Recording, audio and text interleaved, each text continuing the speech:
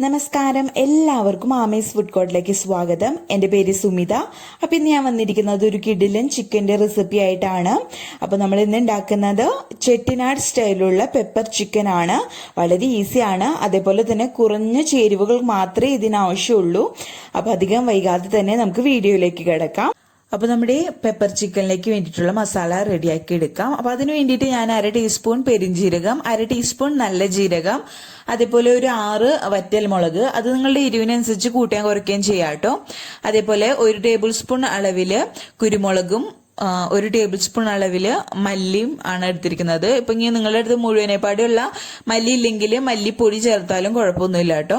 അപ്പോൾ നമ്മൾ ഇനി ഇത് ഒരു ചട്ടിയിലേക്ക് ഇട്ടിട്ട് നല്ല പോലെ ഇതൊന്ന് ഡ്രൈ റോസ്റ്റ് ചെയ്തെടുക്കുകയാണ് ചെയ്യുന്നത്. അതിനുശേഷം ഇത് നമ്മളിന്ന് പൊടിച്ചെടുക്കും.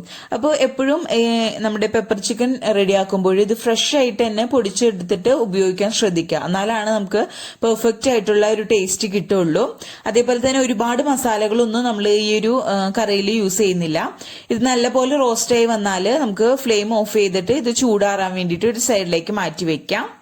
അപ്പം നമ്മൾ ഡ്രൈ റോസ്റ്റ് ചെയ്ത് വെച്ചിരുന്ന നമ്മുടെ മസാല ചൂടാറി കഴിഞ്ഞാൽ പൊടിക്കണ മിക്സഡ് ജാറിൽ ഇട്ടിട്ട് നല്ല പോലെ ഇതൊന്ന് പൊടിച്ചെടുക്കണം. അപ്പം ആ ഒരു കൂട്ടത്തിലേക്ക് ഞാൻ നമ്മുടെ മസാല കൂട്ടിലേക്ക് തന്നെ ഒരു ചെറിയ കഷ്ണം ഇഞ്ചി, പിന്നെ ഒരു 4 പച്ചമുളക്, ചെറിയ പച്ചമുളകാണ് കേട്ടോ എടുത്തിരിക്കുന്നത്. എരിവിനനുസരിച്ച് നിങ്ങൾക്ക് കൂട്ടുകയും കുറയ്ക്കുകയും ചെയ്യാം. അതേപോലെ തന്നെ 6-7 അല്ലിയും നമുക്ക് വെളുത്തുള്ളിയുടെ അല്ലിയും ഇട്ട് കൊടുക്കാം. അതിനുശേഷം ഇത് നല്ല പോലെ ഒന്ന് പൊടിച്ചു കൊണ്ടുവരാം കേട്ടോ. കണ്ടില്ലേ, ഇതേപോലെ ഒന്ന് പൊടിച്ചു കൊണ്ടുവരാം. ഇനി ഇതൊരു സൈഡിലേക്ക് മാറ്റാം. ഇനി നമുക്ക് നമ്മുടെ കറി റെഡിയാക്കാൻ തുടങ്ങാം. അപ്പം അതിന് വേണ്ടിയിട്ട് ഒരു ഉരുളിയാണ് ഞാൻ എടുത്തിരിക്കുന്നത്. അതിലേക്ക് ആവശ്യത്തിനുള്ള ഓയിൽ ചേർത്ത് കൊടുക്കാം. ഓയിൽ ചൂടായിട്ട് വരുമ്പോൾ നമുക്കിതിലേക്ക് 2 ഏലക്കായ, 3 ഗ്രാമ്പു, അതേപോലെ തന്നെ 2 വറ്റൽമുളക് അതൊന്ന് പൊട്ടിച്ചിട്ട് കൊടുക്കാം കേട്ടോ. അപ്പോൾ അതും കൂടി ഇട്ടിട്ട് നല്ല പോലെ ഒന്ന് ചൂടായിട്ട് വരുമ്പോൾ നമുക്കിതിലേക്ക് സവാള ചേർത്ത് കൊടുക്കാം.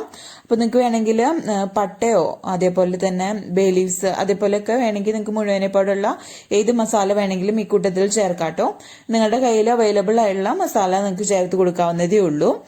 അപ്പോൾ ഞാനിപ്പോൾ ഒരു 3 വലിയ സൈസിലുള്ള സവാളയാണ് എടുത്തിരിക്കുന്നത്. അത് നീളത്തിൽ അരിഞ്ഞതാണ്. അത് നല്ല പോലെ ഈ ഓയിലിട്ടിട്ട് നമ്മളിങ്ങനെ വഴറ്റിയെടുക്കുകയാണ് ചെയ്യേണ്ടത് കേട്ടോ.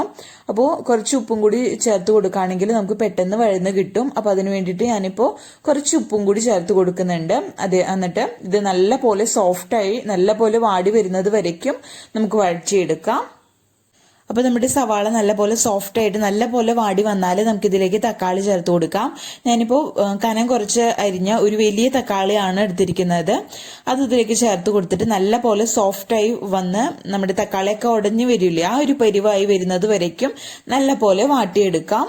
തക്കാളി നമ്മൾ ചേർത്തിട്ട് ഇപ്പോൾ നല്ല പോലെ വാടി വന്നിട്ടുണ്ട്. തക്കാളിയൊക്കെ നല്ലപോലെ ഉടഞ്ഞു കിട്ടിയിട്ടുണ്ട് കേട്ടോ. അതേപോലെ നമ്മൾ ഓയിലൊക്കെ ഇതിപ്പോൾ നോക്കിയാൽ തന്നെ കാണാം തെളിഞ്ഞു വന്നിട്ടുണ്ട്. ഈ സമയം നമുക്കിതിലേക്ക് മസാലപ്പൊടികളൊക്കെ ചേർത്ത് കൊടുക്കാം. ഒരുപാട് പൊടികളൊന്നും ഇല്ല കേട്ടോ. ഒരു 1/2 ടീസ്പൂൺ മഞ്ഞൾപ്പൊടി, അതേപോലെ തന്നെ നമ്മൾ നേരത്തെ മിക്സിഡ് ജാറിൽ പൊടിച്ചു വെച്ചിരുന്ന മസാലക്കൂട്ടുണ്ടല്ലോ അതും കൂടി ചേർത്ത് കൊടുക്കാം. അപ്പോൾ വളരെ ഈസിയാണ് ഇത് ഉണ്ടാക്കാൻ വേണ്ടിയിട്ട്. അതും കൂടി ചേർത്തിട്ട് ഒന്ന് ഇളക്കി മിക്സ് ചെയ്ത് കൊടുക്കാം കേട്ടോ. ഇനി ഇത് ഒരുപാട് മൂപ്പിക്കേണ്ട ആവശ്യമില്ല.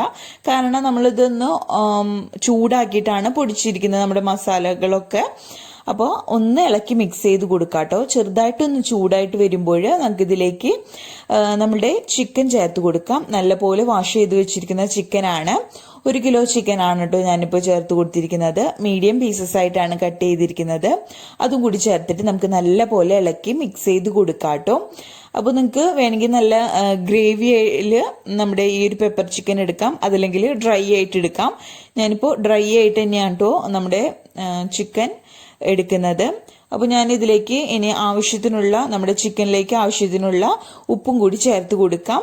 എന്നിട്ട് കുറച്ച് വെള്ളം ചേർത്തിട്ട് ഞാൻ ആദ്യം ചിക്കൻ വേവിക്കും. അതിനുശേഷമാണ് കേട്ടോ ഡ്രൈ ആക്കി എടുക്കുന്നത്. അപ്പോൾ ഞാനിതിലേക്ക് 1 കപ്പ് അളവിൽ ചൂടുവെള്ളമാണ് കേട്ടോ ചേർത്ത് കൊടുക്കുന്നത്. ചൂടുവെള്ളം തന്നെ ഒഴിച്ചു കൊടുക്കാൻ ശ്രദ്ധിക്കാം. അപ്പോൾ ഞാൻ ഇതിലേക്ക് 1 കപ്പ് വെള്ളം ചേർത്ത് കൊടുക്കുന്നുണ്ട് കേട്ടോ ഈ സമയം. എന്നിട്ട് ഇത് നല്ല പോലെ ഒന്ന് ഇളക്കി മിക്സ് ചെയ്ത് കൊടുക്കാം. അപ്പം നിങ്ങൾക്ക് വേണമെങ്കിൽ ഞാൻ പറഞ്ഞ പോലെ ഗ്രേവിയിൽ എടുക്കാം, അതല്ലെങ്കിൽ ഡ്രൈ ആയിട്ട് എടുക്കാം. ഏതാണെങ്കിലും നല്ല ടേസ്റ്റ് തന്നെയാണ് കേട്ടോ. അപ്പോൾ അതും കൂടി ചേർത്ത് കൊടുത്തിട്ട് നല്ല പോലെ ഒന്ന് ഇളക്കി മിക്സ് ചെയ്ത് കൊടുക്കാം. അതിനുശേഷം നമുക്കിതൊന്ന് മൂടി വെച്ചിട്ട് ഒരു മീഡിയം ഫ്ലെയിമിൽ വെച്ചിട്ട് നല്ല പോലെ നമ്മുടെ ചിക്കൻ വേകുന്ന വരയ്ക്ക് മൂടി വെച്ച് വേവിച്ചെടുക്കാം കേട്ടോ. അപ്പോൾ ഇടയ്ക്ക് ഇത് തുറന്ന് നോക്കിയിട്ട് ഇളക്കി കൊടുക്കാൻ മറക്കരുത്, അതല്ലെങ്കിൽ അടിയിൽ പിടിച്ചു പോകാൻ സാധ്യതയുണ്ട് കേട്ടോ. അതേപോലെ തന്നെ ഉപ്പൊക്കെ നിങ്ങളുടെ ടേസ്റ്റിനനുസരിച്ച് ചേർത്ത് കൊടുക്കാം. അപ്പം ഇത് നമുക്ക് മൂടി വെച്ച് നല്ല പോലെ അങ്ങ് വേവിച്ചെടുക്കാം. അപ്പം നമുക്ക് ചിക്കൻ ഒന്ന് തുറന്ന് നോക്കാം. കണ്ടില്ലേ, നല്ല പോലെ തിളച്ച് നമ്മുടെ ചിക്കനൊക്കെ വെന്ത് വന്നിട്ടുണ്ട് കേട്ടോ.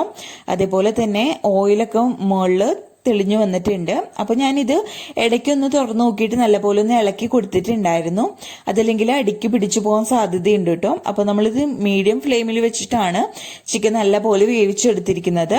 നല്ല പോലെ ചിക്കൻ വെന്ത് കഴിഞ്ഞാൽ നമുക്ക് ഇതിൽ വെള്ളമൊക്കെ ഒന്ന്, അതായത് നമ്മുടെ ഗ്രേവി വറ്റിച്ച് നമ്മുടെ ചിക്കൻ നല്ല പോലെ ഡ്രൈ ആക്കി എടുക്കാം. അപ്പോൾ ഹൈ ഫ്ലെയിമിൽ ഇട്ടിട്ട് ഇനി ഇത് തുറന്നിട്ടിട്ട് നല്ല പോലെ ഇതിലെ ഗ്രേവിയൊക്കെ വറ്റിച്ച് ഡ്രൈ ആക്കി എടുക്കാം. അപ്പോൾ ഞാൻ നേരത്തെ പറഞ്ഞ പോലെ തന്നെ നിങ്ങൾക്ക് നല്ല ഗ്രേവിയിൽ വേണമെങ്കിൽ ഈ ഒരു സ്റ്റെപ്പ് നിങ്ങൾക്ക് സ്കിപ്പ് ചെയ്യാവുന്നതേ ഉള്ളൂ. ഈ ഒരു ഗ്രേവിയിൽ തന്നെ സമയം ഫ്ലെയിം ഓഫ് ചെയ്യാം. അപ്പോൾ അവസാനമായിട്ട് ഞാൻ ഇതിലേക്ക് കുറച്ച് കറിവേപ്പിലയും കൂടി ചേർത്ത് കൊടുക്കുന്നുണ്ട്. ഇനി തുറന്നിട്ടിട്ട് ഹൈ ഫ്ലെയിമിൽ വെച്ചിട്ട് നമ്മൾ ഇതിലെ ഗ്രേവിയൊക്കെ വറ്റിച്ച് നല്ല പോലെ ഡ്രൈ ആക്കി എടുക്കുകയാണ് ചെയ്യുന്നത് കേട്ടോ. അപ്പോൾ ഈ സമയം ഉപ്പൊക്കെ നോക്കാം, കുറവുണ്ടെങ്കിൽ ചേർത്ത് കൊടുക്കാം കേട്ടോ. അപ്പോൾ നമുക്ക് ഇതിലെ ഗ്രേവിയൊക്കെ നല്ല പോലെ വറ്റിച്ചെടുക്കാം.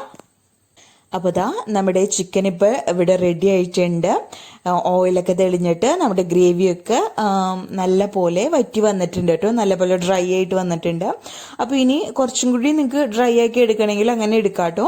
ഞാനിപ്പോൾ ഈ ഒരു സ്റ്റേജിൽ ഓഫ് ചെയ്യാണ്. അപ്പോൾ വളരെ സ്വാദിഷ്ടമായ ഒരു ചിക്കൻ്റെ റെസിപ്പിയാണ്, വളരെ ഈസിയാണ് റെഡിയാക്കാൻ വേണ്ടിയിട്ട്. അതേപോലെ തന്നെ ഒരുപാട് മസാലകളൊന്നും നമ്മളിതിൽ യൂസ് ചെയ്യുന്നില്ല.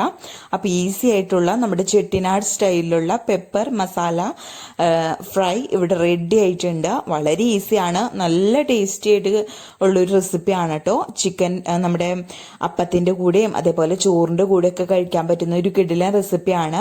അപ്പോൾ എല്ലാവർക്കും വീഡിയോ ഇഷ്ടപ്പെട്ടെന്ന് വിചാരിക്കുന്നു. വീഡിയോ ഇഷ്ടപ്പെട്ടാൽ ലൈക്ക് ചെയ്യുക, അതേപോലെ നിങ്ങളുടെ ഫ്രണ്ട്സും റിലേറ്റീവ്സിനും ഒക്കെ വീഡിയോ ഷെയർ ചെയ്യാനും മറക്കരുത്. ആദ്യമായിട്ട് വീഡിയോ കാണുന്നവരാരെങ്കിലും ഉണ്ടെങ്കിൽ ചാനൽ സബ്സ്ക്രൈബ് ചെയ്യാനും മറക്കരുത്. അപ്പോൾ നിങ്ങളിത് ട്രൈ ചെയ്ത് നോക്കിയിട്ട് താഴെ കമൻറ്റ് ബോക്സിൽ നിങ്ങളുടെ കമൻസൊക്കെ അറിയിക്കാം കേട്ടോ. അപ്പോൾ ഞാൻ അടുത്ത അടിപൊളി വിഭവമായിട്ട് വരുന്നത് വരയ്ക്കും ബൈ, താങ്ക് യു.